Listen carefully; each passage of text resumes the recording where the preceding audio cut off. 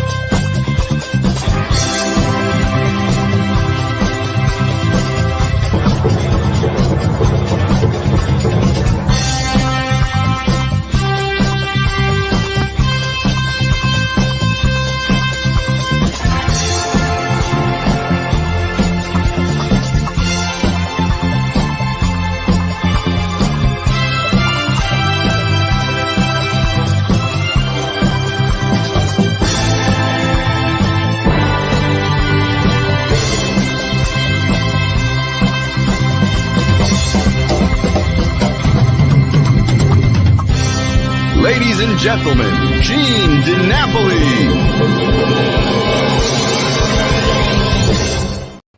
Hello, everybody, and welcome to Reminiscing with Gene DiNapoli, Monday, October 25th.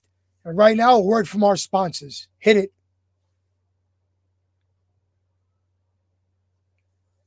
All right, we're waiting for a word from our sponsor. Hi, this is Francisco. Many people call me the creative CPA. If you need help with your taxes or financial matters, please email me your cell number and the best time and day to call you. You can email me at franciscisco@aol.com, and Cisco is spelled SISCO. The creative CPA. It's that simple, that easy. Thank you. Craving a cruise? Perhaps a gorgeous all-inclusive resort, magnificent destination weddings, and stunning, unforgettable honeymoons. Dream Destinations Travels, a cruise planner franchisee, has all your travel and vacation ideas covered with great deals, extensive knowledge, and totally flexible payment plans. Group travel, be it family or friends, is our specialty. Never a charge to our clients and always free, no obligation quotes. Check our website at sundrencruises.com or give us a call at the number above. Little Auto Repair at 628 Crescent Avenue in the True.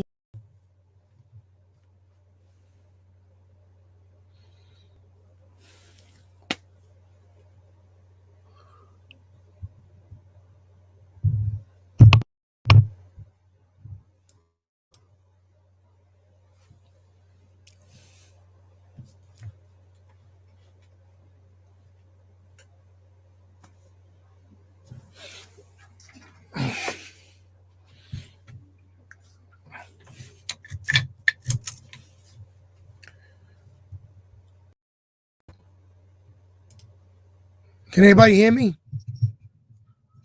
Hello? Can anybody hear me?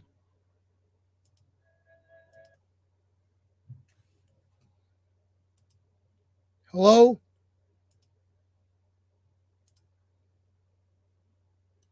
All right, I can't hear anybody for some reason. So, okay, what's going on here? You're on the air. Thank you. Okay, so thank you to the sponsors. And I want to let you know about a show we're producing on Friday, November 5th at the White Plains Performing Arts Center. It's a doo-wop show, a golden oldies reunion show, volume 1. Please put the flyer up on the screen. Starring The Dimensions, who had a hit called Over the Rainbow, Rain in the Rainbows, Denise, The Accords, The Magic Touch, and Twin Gold. If you want tickets, call 914-328-1600 or go to www.whiteplains.com WPPAC.com. That's WPPAC.com. Thank you so much. You got to forgive my voice, ladies.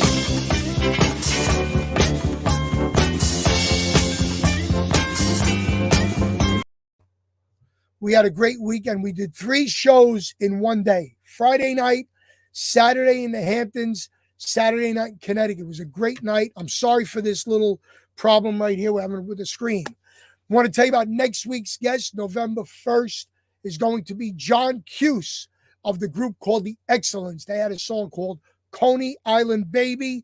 John will be our guest next Monday. So glad to have John.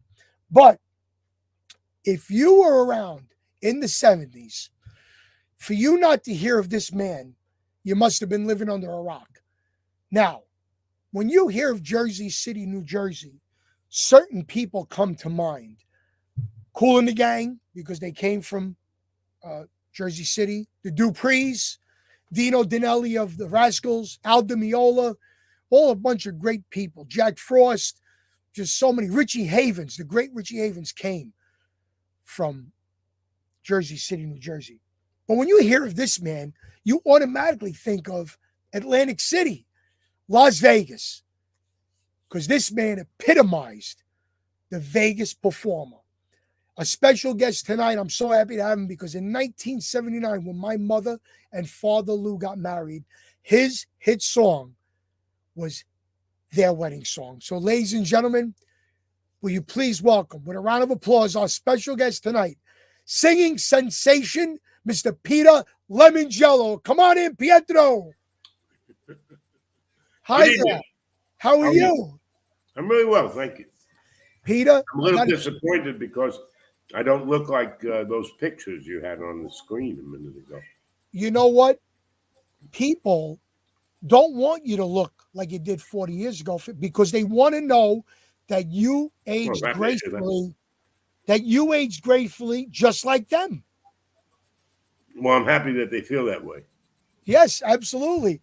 See, now, that's my communion picture. Peter, before we go any further, we are going to dedicate tonight's show to the great Jay Black, who left us. I knew him well. Yes, we're going to get to that in a little bit. But I got to ask you something. As I said, your song was my parents' wedding song in 1979, but you had already been singing for a very, very long time before that. Were either of your parents musically inclined? I always like to ask that question.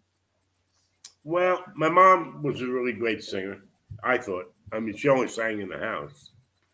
But when I think back to she and I singing together when I was 3, 4, 5 years old to records that were playing on the radio, I remarked at how well she sang. My father was not a singer at all. Wonderful guy, but he couldn't sing. Right. Do I love you? Don't you know by now? Are you referring to that song when you said your mother and stepfather used it? Absolutely. Absolutely. And, you know, I was 13, and that was one of the songs that got me hooked on. See, I'm an Elvis guy, and I didn't know there was anything but Elvis. And your song, along with Engelbert and Wayne and Tom, made me realize there was an entire world out there of non-Elvis. Yeah, I mean, he was wonderful. When I was young, I was a big Elvis fan. Yeah. And I don't think I've ever heard an Elvis song I didn't like. I've always marveled at that. It seems that no matter what song I hear, it's just priceless. He did better on record than anyone in the sense of being consistent. I've heard everybody else had good, bad, and in different records, but not him. All of his records were great. That's a great testament coming from you, Mr. Lemongello. Let me ask you something. I want to talk about you and the record appearances on The Tonight Show. You had, I believe, 25 appearances on The Tonight Show. Am I correct? Yes, 25. Were you nervous? Did you realize you made it when you appeared on it? Oh God, I don't think I could describe how nervous you are the first time you're on a national television show like the Tonight Show. In fact, I had to leave the green room because I was intimidated by everybody in it. In those days, they used 5 people. They used somebody who wrote a book and a male and female actor and a singer and usually a comedian. And so I was on with John Forsythe and Natalie Wood and Nipsey Russell and I forget who the other one was. But anyway, I walked away from the green room to try to calm myself down. I was just walking around backstage. And Nipsey Russell came out and he saw how nervous I was. And he said, "Hey, young blood," he said, "is this your first time?" And I said, "Yeah." And he said, "Well, look at it. I thought he was going to give me words of wisdom and calm me down." He said, "Look at it this way. If you bomb tonight, you'll never get a chance to bomb in front of this many people again." Great thought. But actually calmed me down. It made me relax a little bit. But naturally, the things you're thinking of, am I going to remember the words? Am I going to hit all the notes? Everybody I know is watching. So, and you really think of the scope of it. You figure, my God, it just isn't family and friends. It's everybody I went to high school with. And everybody I've ever known, aunts, uncles, relatives. So it's pretty nerve-wracking. But once you get into it and you hit the first few notes and get into the song, you don't think about anything like that. You just think about that's what a professional does. But you were on there your first time. You were Pete Lemongello, right? Yeah, it's really funny because I never noticed it. And I never corrected it. I don't like the name Pete. I never did. And all my friends call me Peter.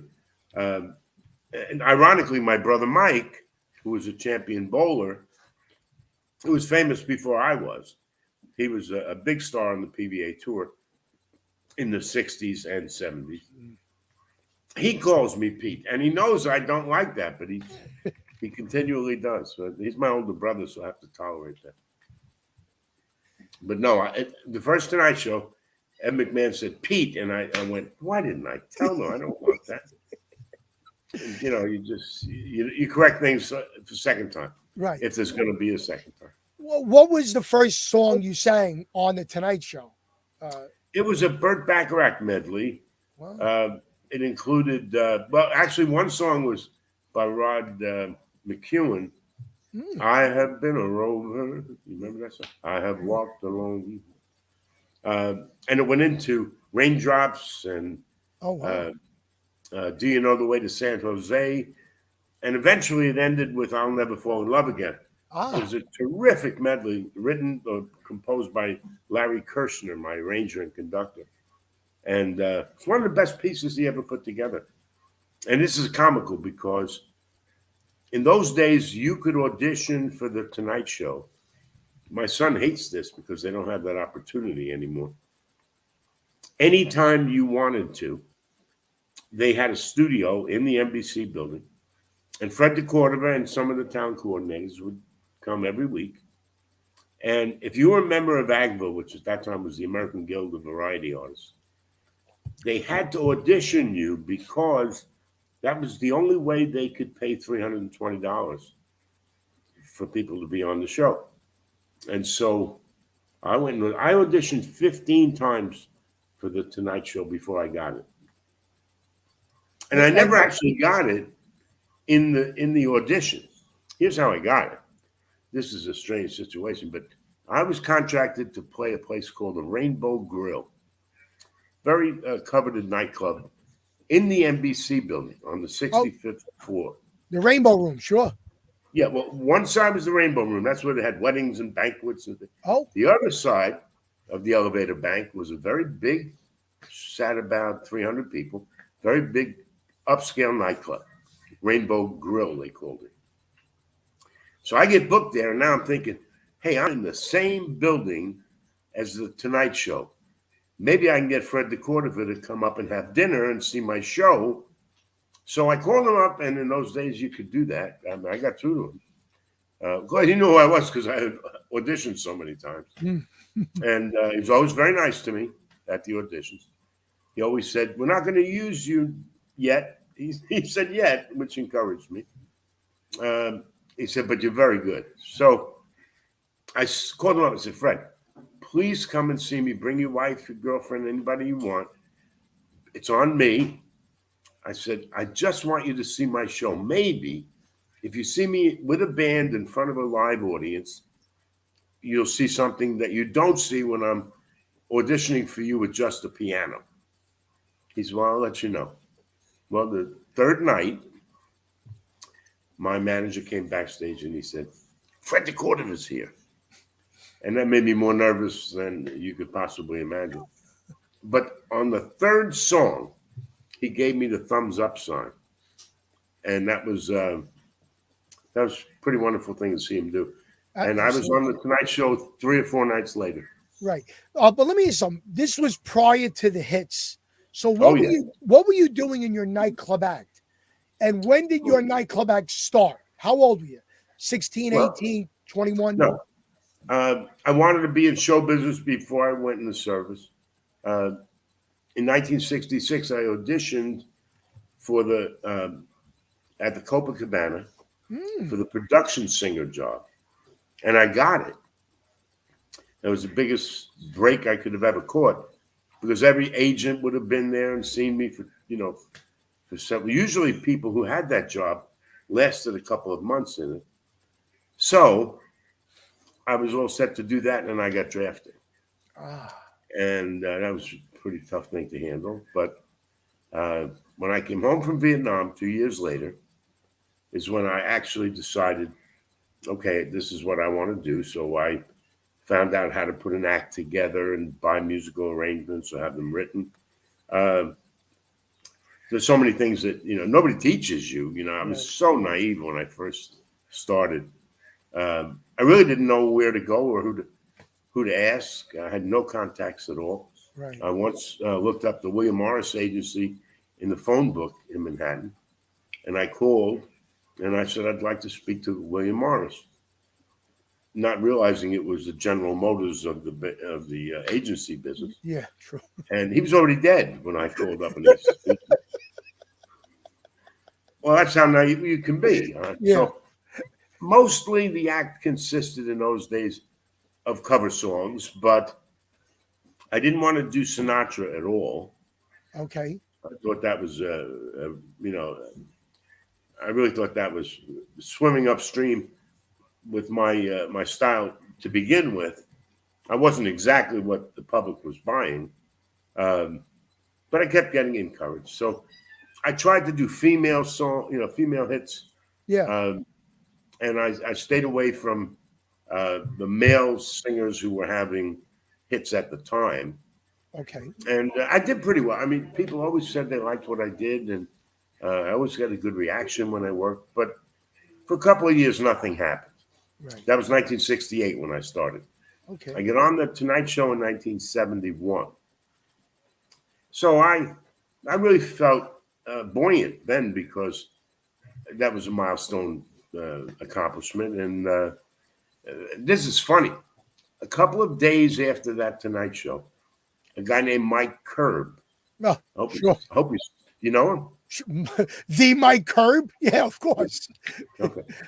Called me and said, I'm now the producer of the Mike Douglas Show, and I'd like to have you on. And I thought it was because he saw me on the Tonight Show. Mm. And that wasn't it at all. When I went to Philadelphia to do the Mike Douglas Show, he and I met, and he said, "I came to see you at the Rainbow Grill. I already knew I was going to be producing the Mike Douglas Show, and you were the ones that I wrote. You were one of the first people I wrote down, saying when I get the show, I'm going to put him on." So that was a very big break. That's a great testament coming from Mike Curb. But even though I did several Tonight shows, I did a couple of Mike Douglas shows, I did at least one Merv Griffin's show. And I signed with, I became the opening act for Don Rickles for 2 years.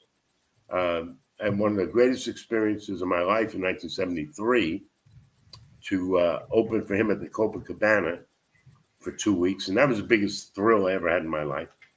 I was in the old days, the place was jammed every night, every show. Everybody there was dressed up and just thrilled. You ever be in a room with 750 people who didn't want to be anywhere else on earth but right where they were? That's the kind of excitement that that existed.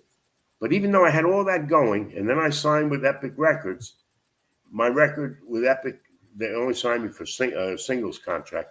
They didn't push it. It didn't happen. By 74, I was up a tree. I couldn't find another label to sign me, because once you're with a label and you get released, it's very tough for another label to take a chance with you. Right. And I had nothing going that people would put me on TV for. Right. They seemed to like what I did when I was on, but they like to put people on who have records that are charting or some reason to help with ratings. So by 74, I was really in trouble with regard to moving my career along. And one night I was watching a TV show, probably a movie on WOR Channel 9 in New York. I lived on Long Island then. And I saw a Crazy Eddie commercial. Yep. And I said to myself, you ever seen that commercial? Absolutely. Yep. Okay. So I said, at the end of the commercial, it said, we have 2 stores. Visit either one of our 2 stores. And I thought to myself, how could they be on the air, on TV, advertising, with only 2 stores? At that time, I thought you had to be Procter and Gamble or Crest toothpaste or, GM to be on TV. I thought TV was incredibly expensive, but that was only an assumption that I had. But now I'm watching this Crazy Eddie commercial repeat over and over again. And I said to myself, wait a minute. TV advertising can't be as expensive as I thought it was. I said, well, I'm going to find out, because there has to be more to this than I thought. And I had the thought for a long time, when I couldn't get another record contract, to make an album, make a TV commercial, and go on TV and sell myself. I did it more because I wanted a chance to be in front of the public. Okay. And I felt if the public rejected me, I think I would just try another type of business for life, right? And live with that. But if they like me, then I could have a career, right? So in a way, I was doing an end run around the industry that was rejecting me at the time. You were forewalling a career instead of just a show. Good way to put it. I didn't ever hear it that way. Yeah. Well, I'm a marketing genius, Peter, so I come up with wonderful. Okay. People have said, don't forget what I did created such a. I mean, it was a real shot in the dark. Nobody believed. I didn't even tell anybody I was doing it. Yeah. The immediate people around me who I was working with, yes, but I didn't tell relatives. I didn't tell anybody, because I figured if this is going to work, they're going to see it. Why do I have to tell them? Right. Watch from my TV commercials. Right. Peter, hold on. Before we go any further, I want to thank you publicly for your service in the armed forces.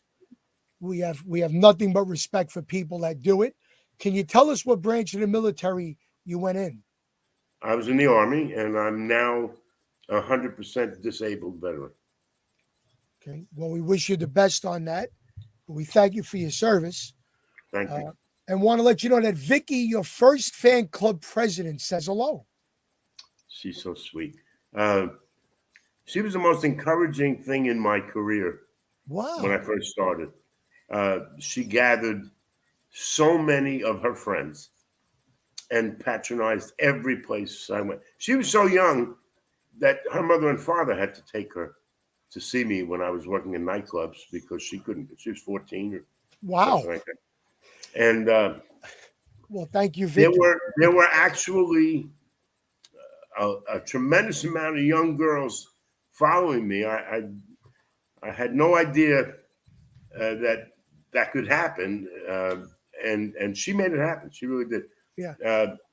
More than just when I was headlining Palisades Park. You know, I mean, she really followed me and made my career have some momentum right from the beginning. That's great. Yeah. This is a picture of you, throngs of young girls. Could you see the picture, Peter? I sure can. Yeah. Yes. Do you happen to know where that was? Where? Yeah. Do you happen to know where that was? Palisades Park. That was Palisades Park. Wow. Absolutely. Yeah. And what was the year? Let me think. 71, 72. 71. So before the hits. Oh yeah. You were creating a stir. Yeah. For example, I wanted to open for Don Rickles. Yeah. At the Copacabana. I thought, my God, there could be no better showcase than that. So I found out who his manager was, Joe Scandori, and I met him at the Copacabana. He was there one night having drinks with friends, and he told me, I talked to him on the phone. He said, "All right, come and introduce yourself." So I met him. Joe was from Brooklyn. He was a lawyer, but he never practiced law. He accidentally started managing Don Rickles because his father left him a place called the Elegant in Brooklyn, a nightclub. It's kind of like the Copa of Brooklyn. And he just went full-time into managing Don Rickles. He loved him so much and believed in him so much. So I met him, and he said, "Come back tomorrow night." He said, "I'll ask around about you." We came back. I went back the next night. He said, "You know, everybody has something good to say about you. I know you've been on the Tonight Show, Mike Douglas show." He said, "I talked to Lee Solomon at the William Morris Agency." He said, "Everybody says you're great." And he said, "I'm going to see what I could do. You know, maybe I could give you." He said, "But you have to understand, every singer in New York, or he may have said the metropolitan area, wants that job." He said, to open for Don Rickles. Don was the hottest comedian in the world at the time. So a few weeks went by, I didn't hear anything. So I hopped on a plane. I went to Los Angeles. I found out he lived in Chatsworth, which is about 20 miles north of LA. And I knocked on his door. And when he answered the door, he said, honestly, he says, he recognized me right away. He says, "What the hell are you doing here?" And I said, "Joe, I want that spot to open for Don more than anything else in the world." And he said, "Well, why didn't you call me? What's the matter with the phone?" I said, "I didn't think a phone call would touch you." He said, so I flew out to ask you in person. Wow. And he said, "You flew from New York for that?" And I said, "Yeah." He said, "Boy, you must really want this." He said, "All right, look, you want to stay at the house?" He had a big house. He said, "Right." I said, "No, I'm flying back tonight." I said, I just wanted to ask you in person to see what you could do about giving me that spot." And he said, "Well, you have big, the expression he used." He said, "But I admire that." He said, "Let me see what I could do." So I can't make any promises. Within 2 weeks, he called and he said, "You're going to open for Don in September." I think it was September of that year. And this was probably July or something. And that's how I got that shot. And I opened for Don everywhere for 2 years. And it was a great experience, but it doesn't make you a star. Opening for a headliner does not make you a star.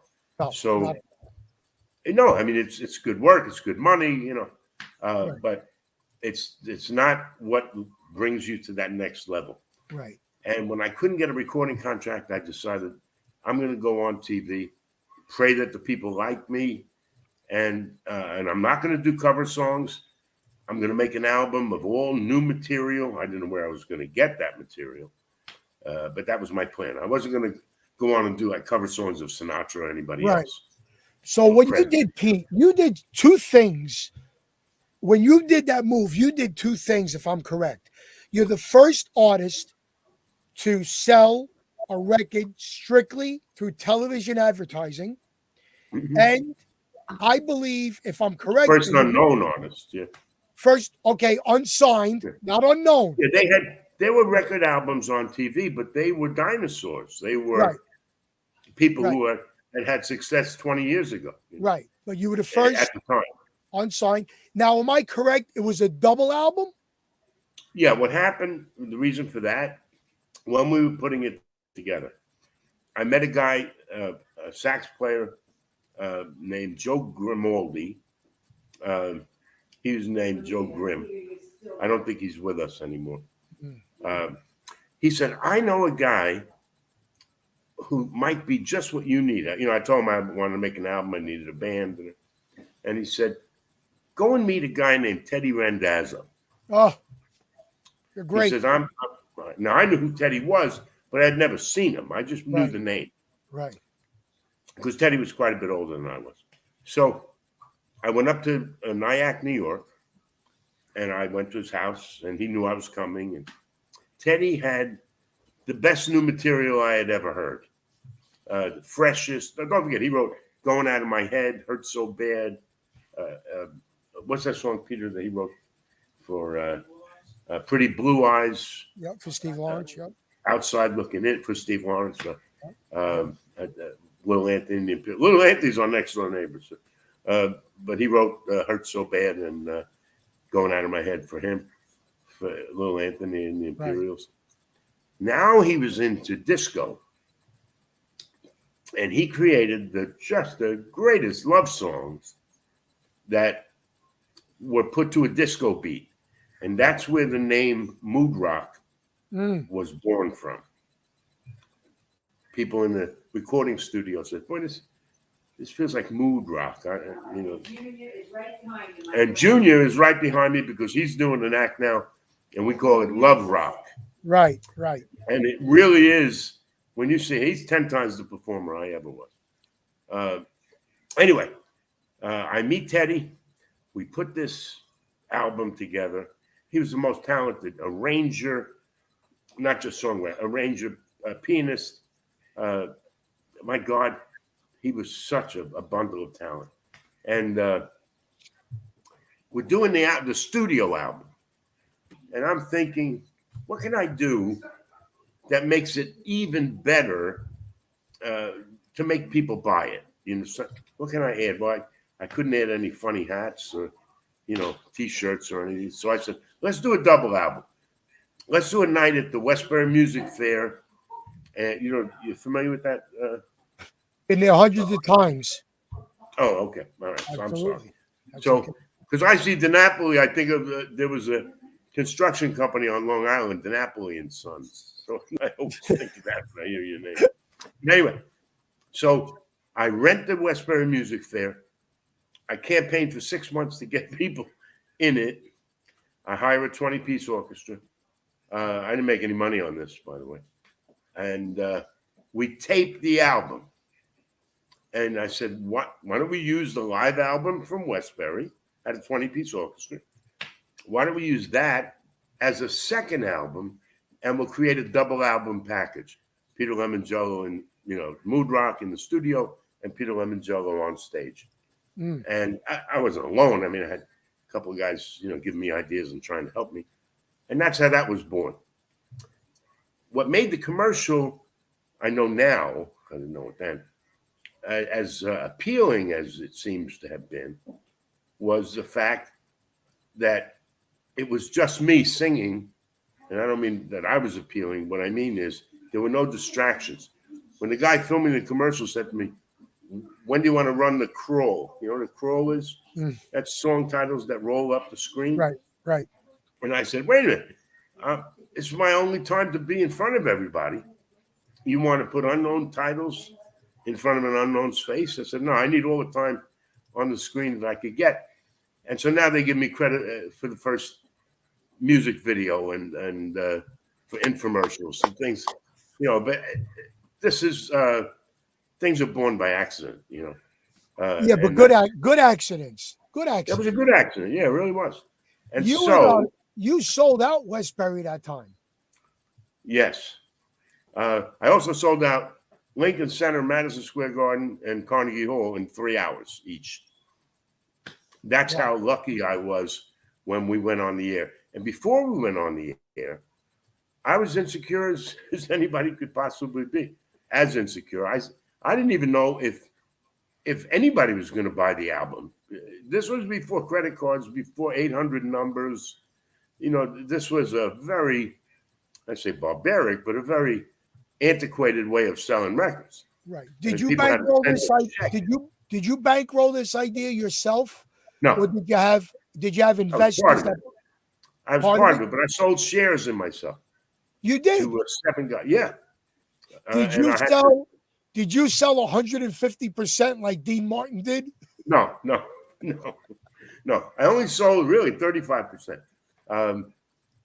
There's a thing called, I had to register with the SEC. I had to do a private placement memorandum. Paperwork was incredible. And I was young, and I had nothing but energy. So whatever had to be done, I did it. I mean, I took the masters to the pressing plant and ordered the records. I did everything I had to do to make it work. But I never believed it was going to work. What I did believe is that once I knew I was able to buy 100 spots a week on New York television, I wholeheartedly believed that I would get famous. I just felt that people, after they saw me that many times, if we lasted, wouldn't have worked if it was on for 2 weeks. Right. But if we could last 12, 15, 60, 30 weeks, I would have to get famous. And that would, whether we sold records or not, that would make me have a career in at that time, I thought nightclubs. I wasn't thinking theaters like Carnegie Hall or Madison Square Garden or the Lincoln Center or Westbury. Those things were a surprise.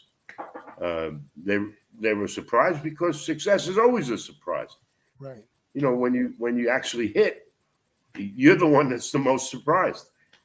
It's wonderful. You're thankful that everybody seems to like what you do, but it's still a surprise. I don't think anybody could be arrogant enough to think that their plan was going to work before it did. I know nobody in show business thought it was going to work. When I mentioned it to just a couple of people before I did it, and then I didn't mention it to anybody at all, but I mentioned it to Jackie Mason. He was a good friend of mine. Right. And Lee Solomon, who was the president of the William Morris Agency. They were having lunch one day, and Jackie invited me, and I met with them. And I told Lee, I was thinking of going on TV. This is so stupid.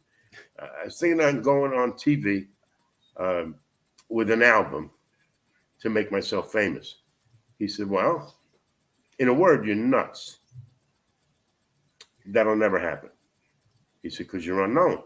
And I said, well, if I'm on long enough, I might not be unknown. After a while, people would relate me to my own commercial. He's crazy. This same guy, when 60 Minutes did a piece on me, don't forget, I was Bachelor of the Month in Cosmopolitan. I was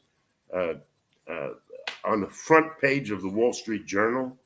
I mean, everybody wrote about me. Every newspaper publication, every magazine. They interview Lee Solomon because he's the president of William Morris. Right. And he said, well, how can you not be a star if you're on TV 100 times a week? That's the same guy that told me I was nuts.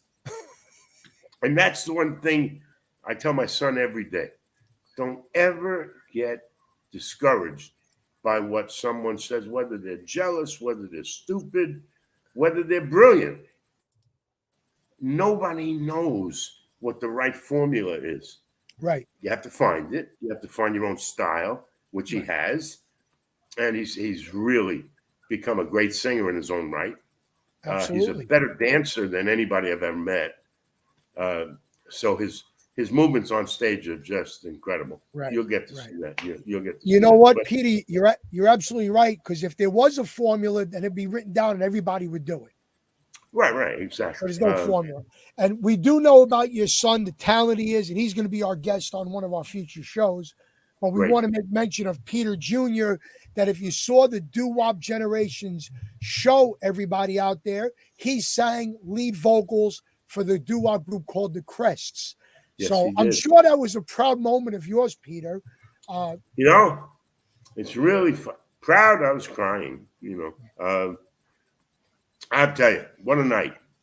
I've had great nights in my life, and they weren't for me. When my brother won the U.S. Open, the bowling U.S. Open, Right.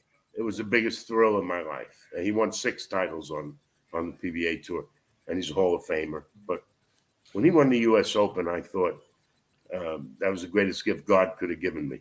Right. When my son was on stage singing 16, what was his name? Angels Listened In. Yes. The 16 Candles. And 16 Candles. I almost cried. I think I did.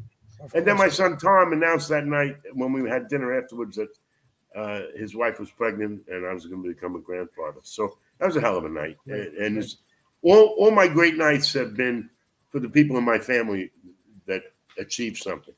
That's fabulous. One of our producers here, Peter, wants to know, did your brother play Major League Baseball? I'm sorry? Did your brother play Major League Baseball? No, he's a bowler. He was a bowler. That's great. I want to get back to your signature song.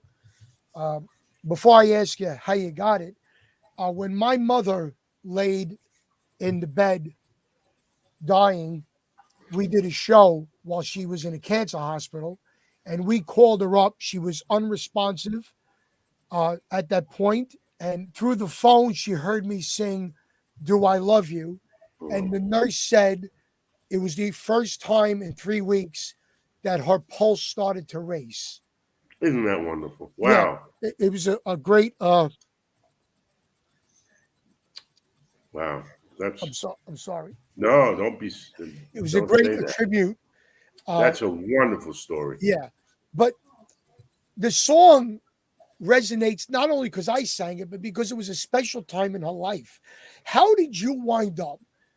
What a great song. How did this fall into your lap? Peter Lemongello, an unknown. Yeah, you're famous with Don Rickles. Yeah, you did this, you did that. How do you get that song away from Engelbert, Tom, Wayne, Elvis? How did you do this? Just lucky, I guess. I was doing a cerebral palsy telethon at the Ed Sullivan Theater in 1973. And I think you know that telethons in those days, they didn't have commercials. They had station breaks. Right. So Steve Lawrence and Edie Gourmet were the hosts, and Paul Anka was the co-host. And he's standing, Ed Sullivan Theater was so small. He was standing 8 feet from me. He's on camera and I'm off stage. And he says, Peter, and I had never met him. That's how nice he is. He said, what's coming up for you? And I said, I'm doing the Tonight Show Wednesday. And he said, wow, I have a great song for you. And I said, well, that's wonderful. Paul Anka's going to give me a song. Best break you can catch. Well, the next day, he sent it to my arranger, Larry Kirshner. Larry wrote the arrangement for 16 pieces. That's what the Doc Severinsen Tonight Show Orchestra had. I rehearsed it for 2 days. We flew out to L.A., and the very first time I ever sang it was on the Tonight Show. Very first. I can't. This is a fairy tale story. Years later, Paul and I meet, and he says, my God, he said, nobody sings that song like you. I said, what made you give it to me? Why didn't you? He said, I knew you could do a better job than I could. Oh, he had seen me on the Tonight Show 2 years earlier. He thought I was a good singer, maybe even more than that. And when he gave it to me, he felt that I could do a hell of a job on it. Well, I fell in love with the song right away. And you did. And you did. You nailed it. I need you to do me a favor, Peter. I need you to say hello to my father, Louis, right now, please. Hello, Louis. Where are you? Louis in South Carolina, but he was brought up in Bogota, New Jersey. Oh, isn't that something? Yeah. Well, I'm sorry that I haven't met you. I wish I could. You're going to, Peter, because it's my job to bring you back to New York one way or another for a show. Okay, we're going to work on that. We're going to work on that. I would love that, and I hope I get to meet your dad. That would be. You will. We'll fly him up just for that. Now, that would be an honor. Talk about talk about marketing genius. Not only did you do the TV thing and you put yourself in front of people, tell everybody the story when you couldn't get the right deal in Atlantic City, what you did to create your own destiny. Tell everybody this is one for the books. Okay. When I had my success on TV, there was no Atlantic City. Right. I mean, it existed, but there was no gambling. And so nobody did anything there. It was a ghost town, really.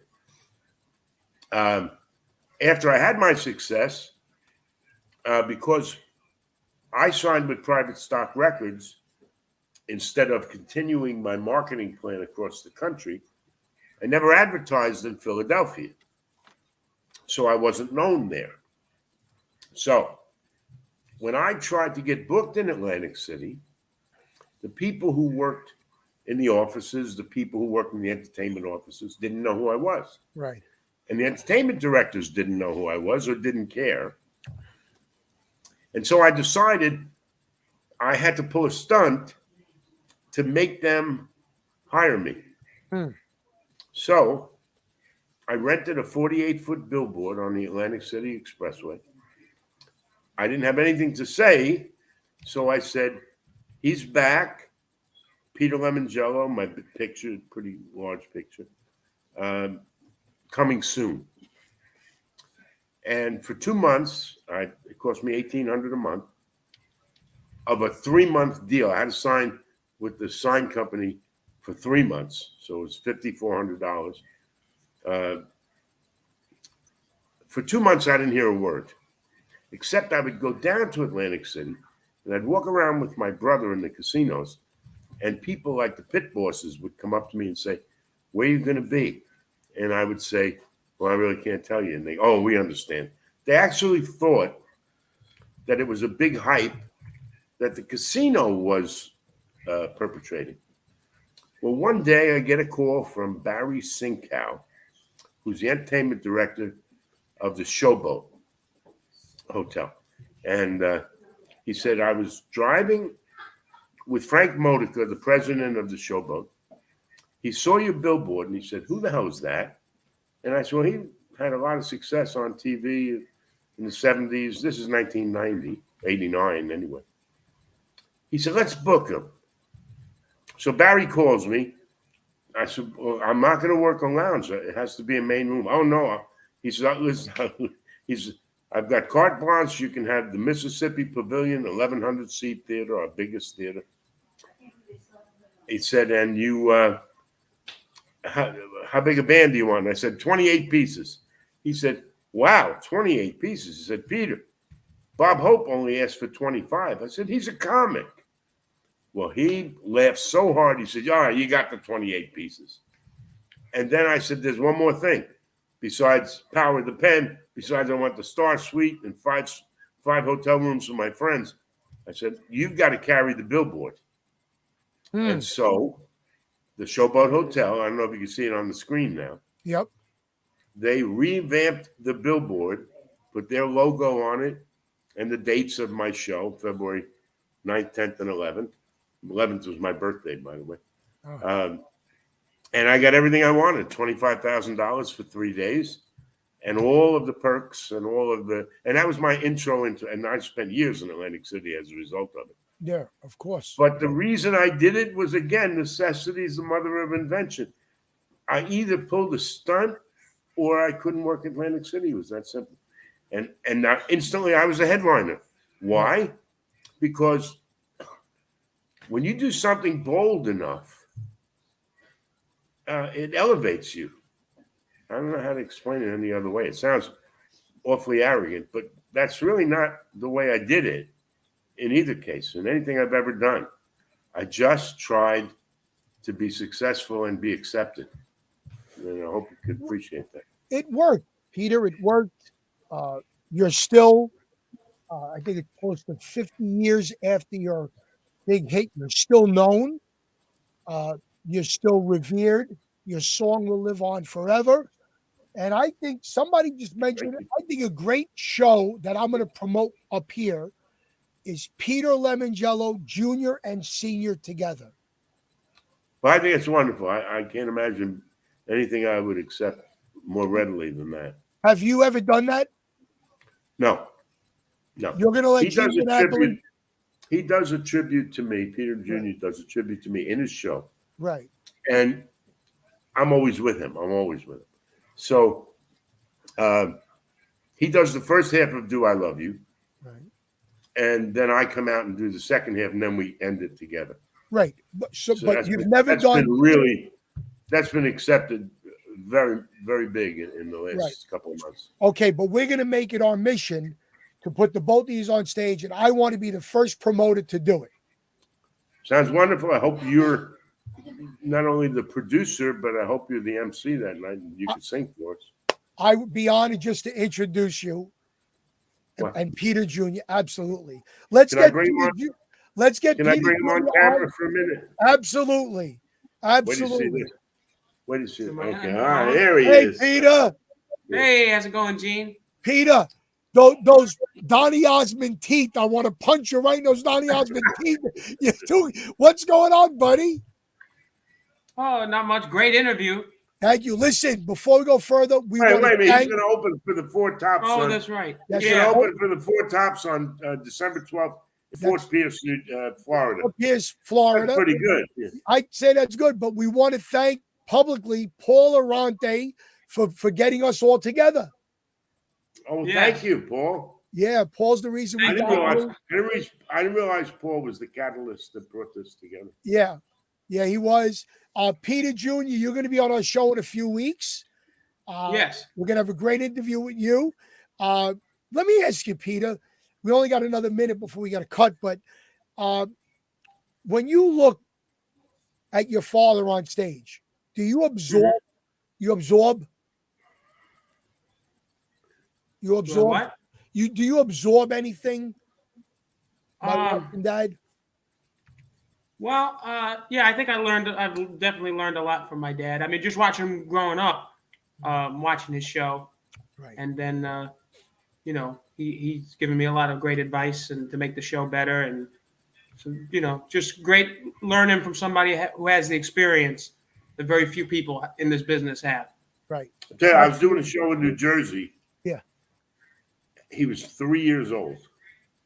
He broke away from my wife Karen's arms and ran up, and I had nothing. There was no choice. I picked him up, and he sang New York, New York. I didn't even know he knew the song.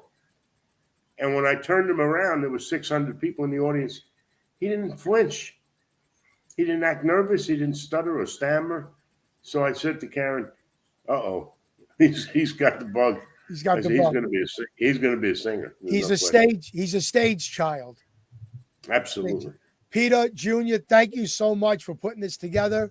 Absolutely. I'm looking forward to our interview in a few weeks. It's going to be great. We're going to talk about the Four Top show, of course. Peter Sr., what can I say that you have made one of my dreams come true? I can't thank you enough for having me. I must reiterate that I'm really looking forward to meeting your father. We're so happy for that. I think that would be an honor. It would be an honor for all of us to get together and break bread. Want to wish you the best. We have to eat and drink wine. Let's face it, we're Italians. What else is there to do? Well, not him, but we are. What else is there to do? And we got to finish off with some limoncello. Not limoncello, limoncello. Ladies and gentlemen, as we do each and every time we have a guest, let's give Mr. Peter Lemongello the proper send-off. Thank you, Peter, so much. Thank you. Thank you. God bless you. Thank you for having me. God bless you. Thank you. Thank you. What a great show, huh, everybody? Fabulous. Oh, my heart is full of love. And right now, a word from our sponsors once again. Hit it, Steve.